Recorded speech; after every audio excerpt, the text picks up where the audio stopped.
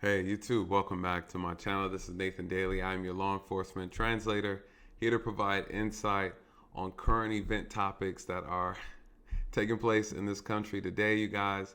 Also, as you know, I'm a 13-year law enforcement veteran, just here to provide insight and give the little wisdom that I do have. You guys, listen, thank you so much for those new subscribers. Thank you for my day one subscribers. You guys, I really appreciate your help and your support and helping this channel grow. It's a lot of amazing content over here, so please take your time and go through the catalog. Today, you guys, what are we talking about? We're going to be talking about a police encounter. This incident, the body camera video was just released not too long ago, but the incident happened last year, exactly June 15th, 2021. You guys, I was familiar about this incident about an officer who unfortunately lost his life while trying to apprehend a suspect. He was dragged down the interstate. I remember this very vividly, you guys, because it actually hits home, right? It reminds me of my accident being dragged down the interstate. Unfortunately, this officer, he passed away due to the injuries. He passed away at the scene. The suspect who he was trying to apprehend also passed away later at the hospital. But I want to go over this video and I want to get you guys' thoughts on it. Give you a little backstory. The incident, again, started June 15th, 2021. The officer, may he rest in peace, Joe Burson, he was with the Holly Springs Police Department here in Georgia. The suspect who Officer Burson was trying to apprehend goes by the name of Ansy Dolce. He is 29 years of age, African-American male. So let me give you some backstory. On the date and time of the incident, the officers initiated a traffic stop on the suspect's vehicle for speeding. He was doing 70 miles per hour in a 40 mile per hour zone. And when the officers made contact with him, he was unable to provide a driver's license. He had no license or ID on his person. So he gave a name, which they later found out was actually the name of his brother, that he gave a false name. Well, while they were investigating, the officers identified a strong odor of marijuana coming from the vehicle, so they asked him to exit the vehicle. As he exited, he took them back to the patrol car where he started asking them questions, and eventually the suspect ended up fleeing and got back into the car, and they tried to apprehend him. And that's where the officer got drugged about 1,000 feet, I believe. And then during that time, the officer decided to discharge his firearm and shot him several times. So the suspect ended up dying from his injuries at the hospital the next day, I believe. So let's take a look at the video. I want to get your perspective on it. I want to know what you guys think. This particular incident, of course, you guys know, really hits home for me because it's very similar to my accident as well that caused me to have to retire. So let's take a look at this, and then I want to get you guys' perspective.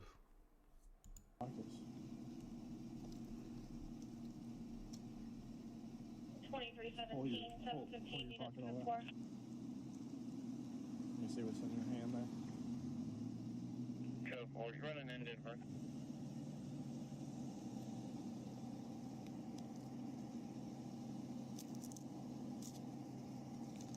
Put it back in the Go ahead. Last name Delta, Oscar, Lima, Charlie, Echo. First name Peter, common spelling, date of birth 93, July 23, 93, So right now, there's a second officer in the patrol car. He's actually running the suspect's information now. Who did you rent it from? Hertz. 72393. But the officers later find out that the name he gave was a false name. It's a name that belonged to his brother. At the moment, no. So he's asking if he can get to the car and call his mom or call his lawyer. Why? 2318. Sorry? I know the drill. You said you smell pot, so you're gonna search the car. So you're gonna arrest me and detain me. Is there pot in there? How much? No. Just, no. Stop. Go back. I'm sorry. I was going to the car. Here we go. 715, cover turn.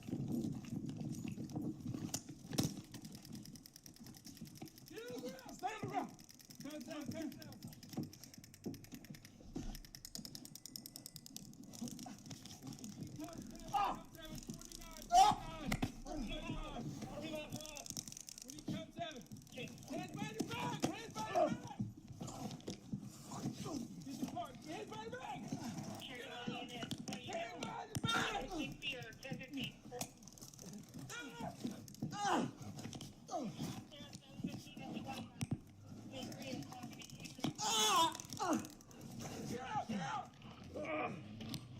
All right. So the officer in that moment, you guys, he was dragged. They end up cutting the video off at that point, so you don't see the rest of it.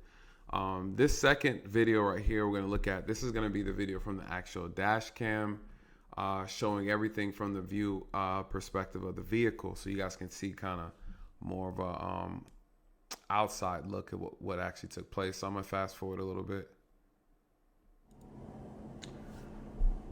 And I'll tell you guys, normally what I would do, I never like to have people waiting outside like this. I'll either have them sit down because they're easier to control, or if I suspect that there's going to be marijuana or anything like that, I would cuff them already and put them in the back of my patrol car until I can finish investigating. And then again, you see why that is, because when the suspect is free and they're free to move around, especially you're looking at the size difference, looking at all those factors when dealing with individuals, the potential for a problem. The fact he didn't have ID on him is a bad sign. And of course, you know, the technology we have now is so more sophisticated than it was when I first started. So you get all kinds of information when you run a person, and so they would have recognized that this was not the actual person unless he's a spitting image of his brother.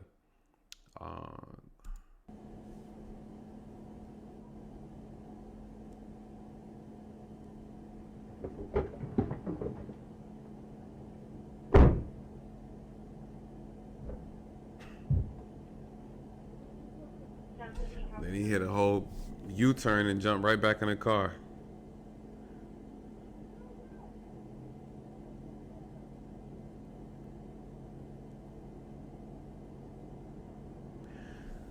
You know, the only thing that's really kind of shocking is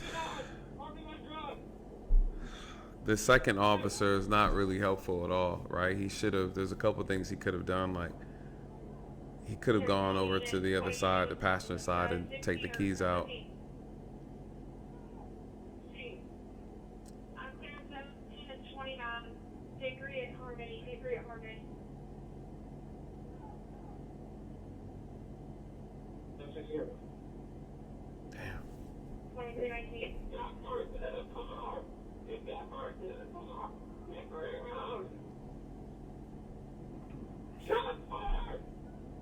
So at that point, he dragged him down for about 1,000 feet.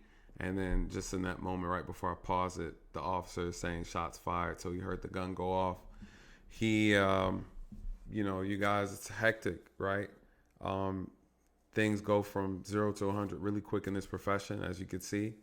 Things start off very calm and everyone's respectable. Everyone is having a conversation. And the next you know, you can never anticipate what the other person is going to do. You always have to be on guard.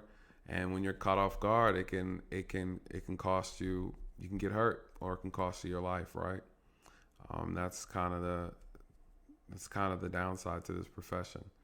I know it all too well.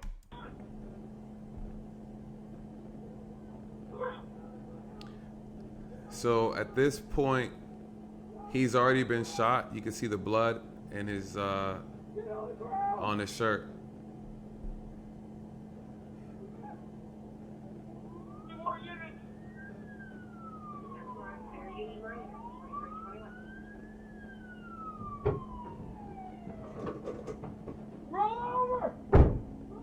I guess he lost his handcuff, probably in the tussle, maybe.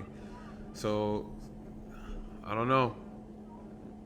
It looks like that the officers on the other side of the like through the woods on the other side of the road there, where he struck the pole. He did manage to shoot him, as you saw the blood that was on his shirt, but the officer is hurt and injured on the other side. So this is tragic, man. When this incident happened, you guys, I was still recovering, and I'm not gonna lie. You know, there's a mental health aspect to this thing. I do get a little PTSD, I guess you would say, seeing incidents like this, seeing other officers dragged, because I start to look at myself and I ask myself, well, what made me so blessed, right, to still be alive, And on average, a lot of officers who are dragged, they end up either dead or suffering from permanent injuries. And I'm very, very grateful and blessed to still be here. So when this incident came out, it really touched my heart, especially for being in Georgia as well. So I wanted to make sure I got a chance to look at this deeply. So again, prayers go out to Officer Burson and his family, as well as his coworkers at Holly Springs Police Department. You guys, this is a dangerous job, and I know we all know that. And unfortunately, I know that there are some bad actors in this profession. One of the things that really motivates me to do the things that I'm doing to help bring some clarity, some insight, to kind of push back on the propaganda is because there is a lot of great officers, white, black, Asian, Hispanic, all shades, all ethnicities, all nationalities and religions that do this profession, that put the uniform on. And they're being overshadowed by the few that make the news, the few that the media decides to put out there and make it appear as if it's all of us. And oftentimes the stories of these officers, like Officer Burson and many others, go untold. And, it's really unfortunate. It's a very, very difficult job. And it's hard to get people to do it. I know there's some reform things that need to take place as officers, as a profession. There's a lot of things that we can fix and get better at. But, at the end of the day, you guys, it takes a lot of courage, a lot of bravery to put that uniform on and to actually go and do the job. And so I always tell people, when you see officers, smile at them, tell them thank you for the service that they do. It goes a long way and it means a lot. If you can offer them lunch or something, please do that too. You guys, it's a very difficult job. It's very taxing mentally, spiritually, and physically. And I think sometimes some people don't realize it, but we do put ourselves in harm's way.